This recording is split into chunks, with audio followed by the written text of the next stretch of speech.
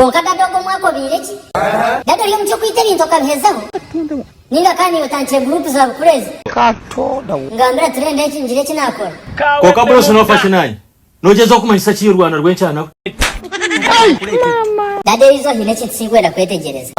wike ya wiro kakwata wa terente wajiguza milioni 3 mbwene rizo na urangwa kasese waka wa terente izo na wajiguza milioni 2 katoda wa dadi sente no staka kotine mwana wokushomesa kota kuombeka hankajyango no yombeka orno kwa sente no staka kawedde mudda dadi wono raga kombe file bya wewe garkomo omurikazi wese nda omsento omukwitira musente ongambere njire kinakora nyo Bruce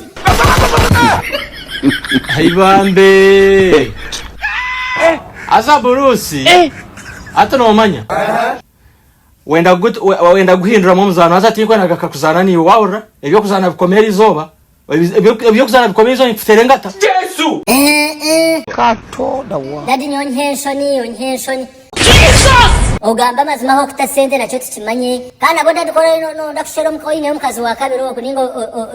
dado ino mukazo ndizo Bruce wagamba ki dadi kora abo ino kazi bwo kuchunchimurira musente agambi iki nanye ndakufama kuri marungi mtwa kugwamu to kwijaga kakugire kintu kiwita katoda wa ona uzima dadi nhayi wakao eshabantu bakuri tumwachishwa ko kaninkana kwata nkakutanto mu ngaro shanogumeyo shanolare yo kandi erizo shanolare ko nkaniza kukwata kuko mwana ogwa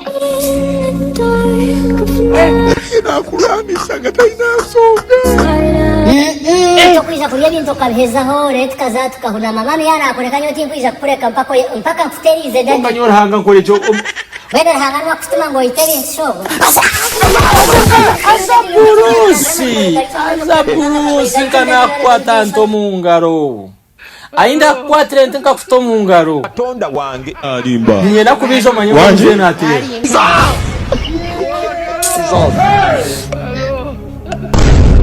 mbirunaka mbere yo rumune okupanjera